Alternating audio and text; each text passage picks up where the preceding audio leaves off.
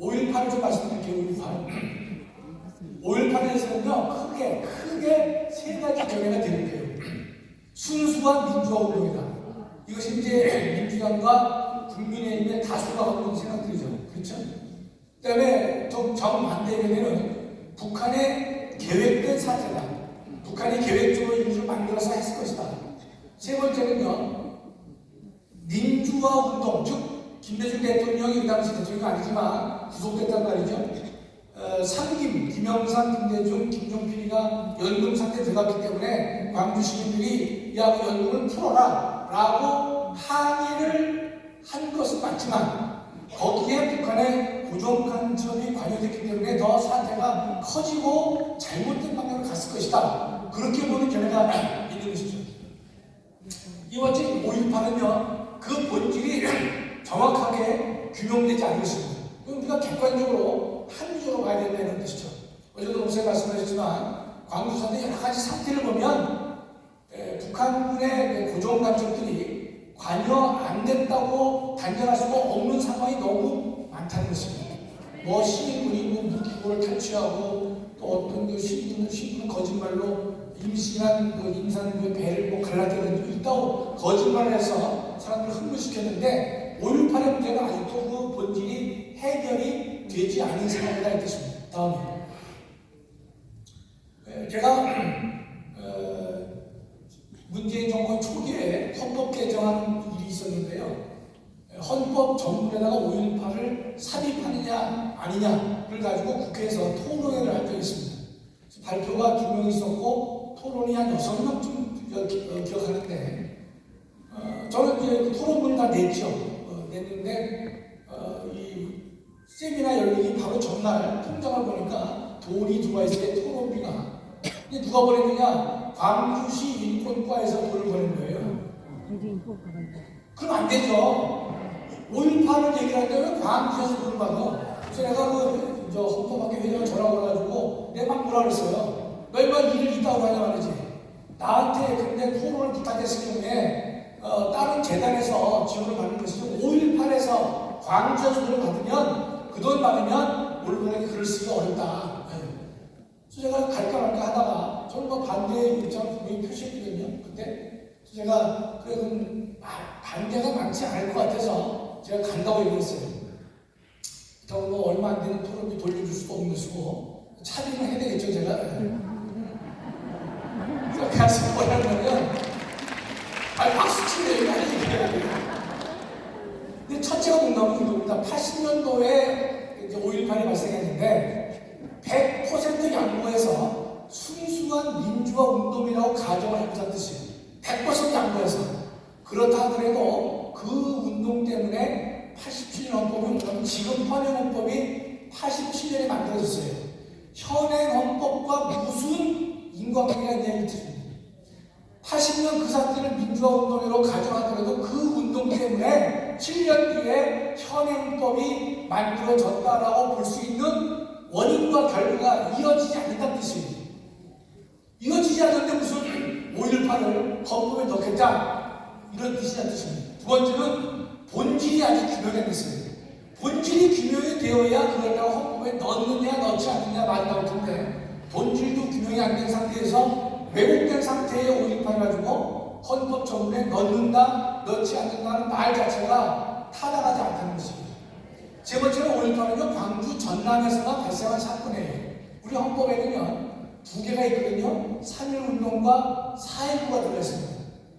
3.1은 말할 것 없고 4.19가 전국적으로 일어난 국민의 민주화운동이라고 볼 수 있는 것이에요. 그렇다면 몇 가지 이유와 또 하나는 광주 전남에 북한에서 발생한 5.18을 어떻게 3.1과 4.19 옆에 나란히 병렬적으로 배치할 수 있냐는 뜻입니다. 상식적으로 말이 되는데 법 전문가가 아니라 하더라도 거기다 나열을 하려면요 적어도 이미 열거된 두 개와 어느 정도 비슷한 이 위치를 갖춘 것만이라야 가능한 뜻입니다. 즉 3.1운동과 4.19하는 5.18은 질적으로 양적으로 턱없이 부족해요. 그래서 안 된다고 얘기했어요. 저는 안 된다고 얘기했고 나머지는 6사람은 된다고 얘기를 하고 한 사람은 유보를 했어요. 저 그 당시 야 이거 이제 이 회의가 난장판에서 되면 어떡할까 그랬는데 그래도 오신 분들이 다 5.18 동지회에서 버스 타고 올라왔어요. 올라왔지만 한두 분만 뭐 소리를 잠깐 질렀고 분위기는 수긍하지 않았습니다. 잘 넘어갔지만 저는 이 주장이 토론으로 이미 발표를 했던 것이고 지금도 그 생각에는 변함이 없다 이렇게 뜻입니다. 다음에 대한민국 헌법에 성역이 몇 개 있습니다. 첫째, 자유민주주의는 누구도 건드릴 수 없는 영역입니다. 두 번째, 시장경제입니다. 여러분 시장경제를 머리에 외울 때는요, 시장경제만 외우지 마시고 가로한 다음에 사유재산제까지 같이 암기해 보세요. 시장경제는 뭐예요? 사유재산제를 전제로 한 겁니다. 그러니까 공산주의가 되면요, 시장경제가 아니라 계획경제거든요. 계획경제는 사유재산제도를 인정하지 않습니다.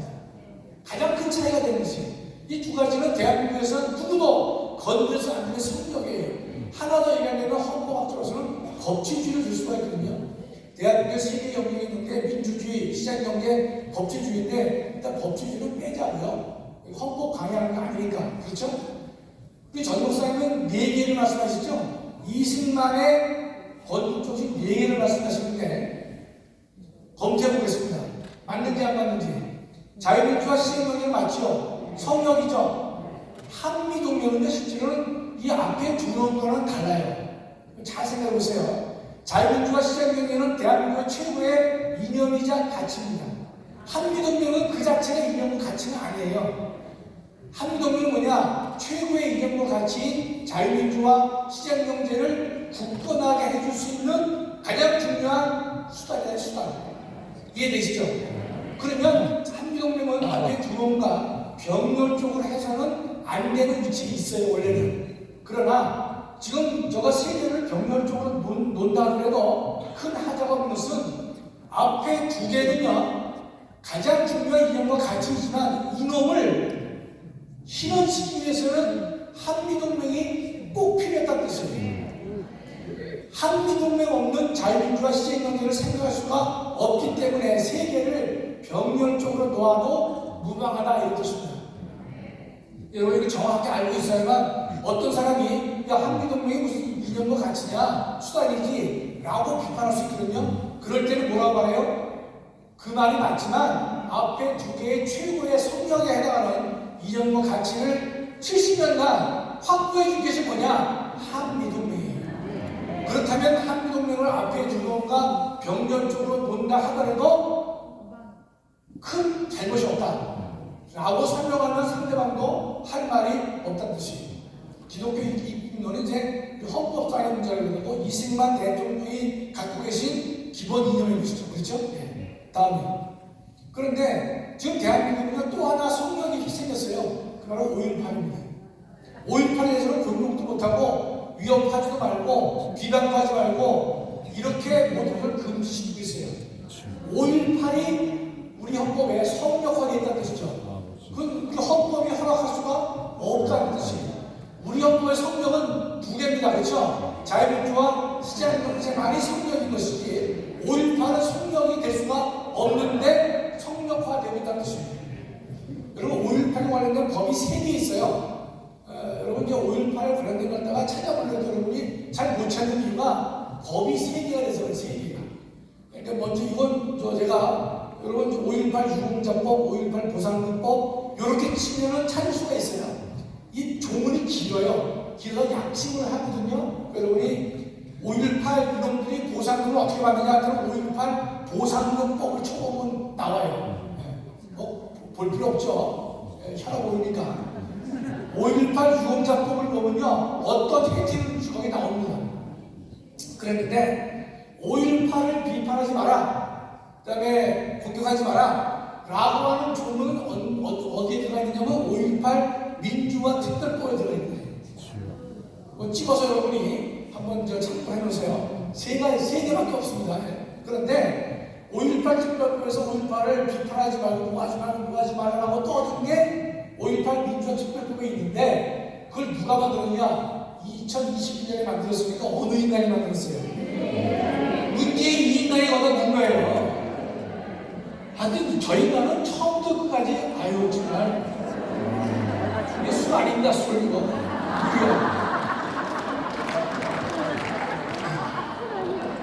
술로 생각하지 마시고요.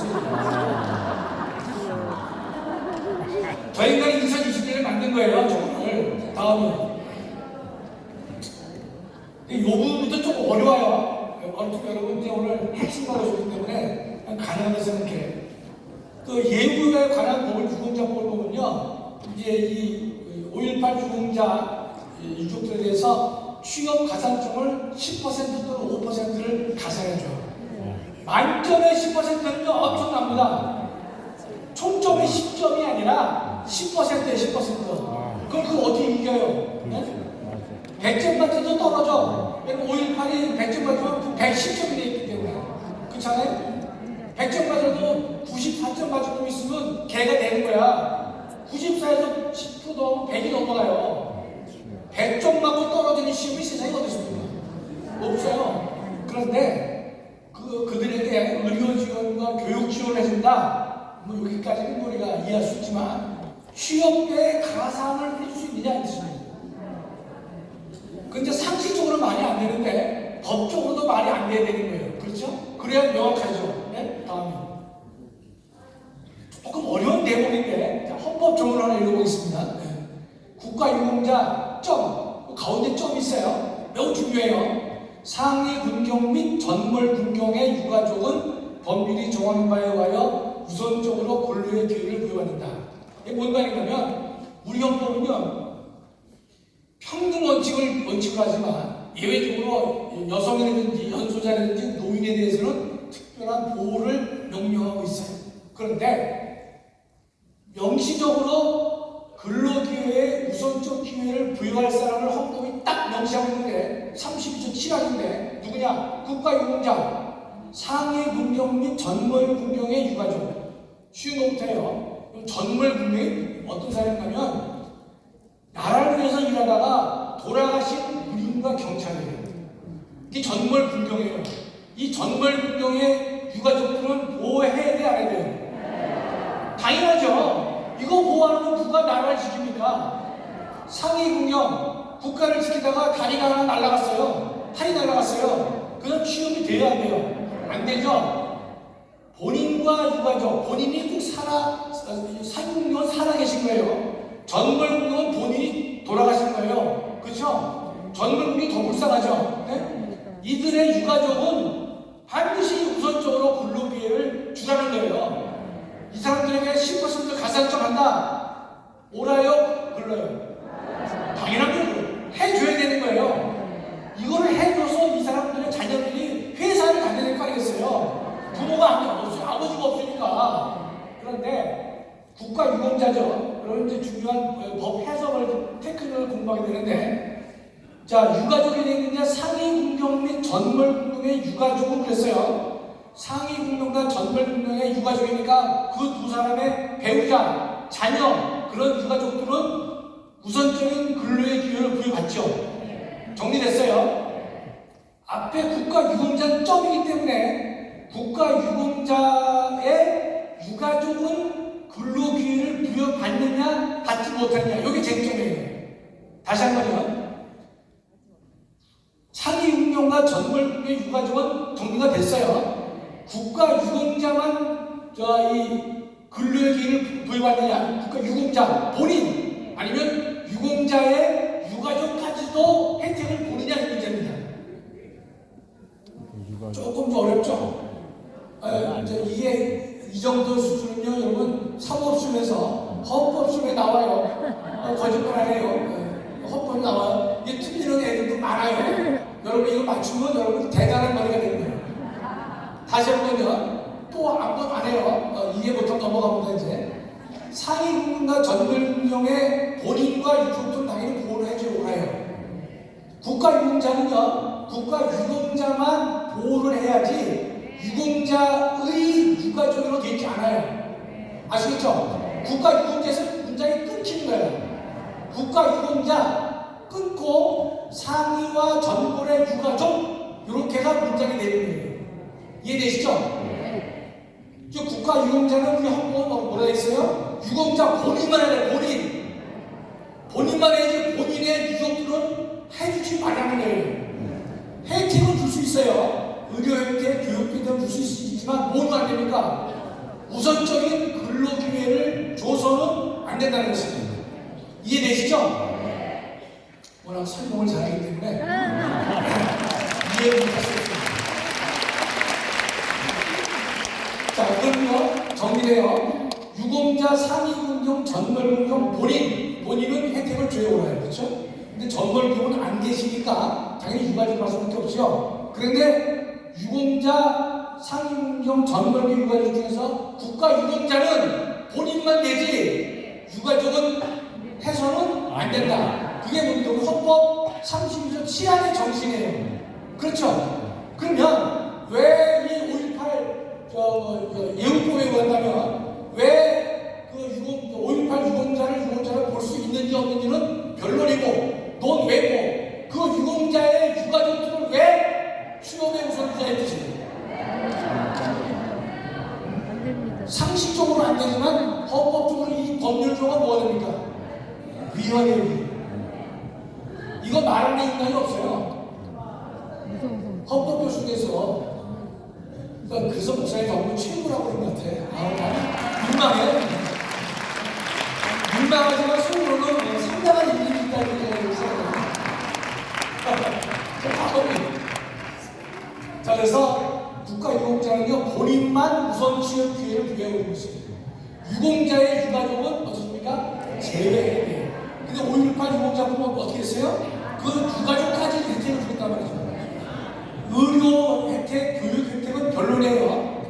우선적인 취업할 수가 있어 없어요? 안 되는 거예요. 10% 가산점, 5% 가산점 일체 헌법 30조 7항에 어긋나는 것입니다. 윤석열 정부가 우리 헌법재판소 재판관들 몇 분 교체가 되면 저 문제를 헌재로 가져가서 5.18법을 어떻습니까? 위헌을 받아내는 것입니다.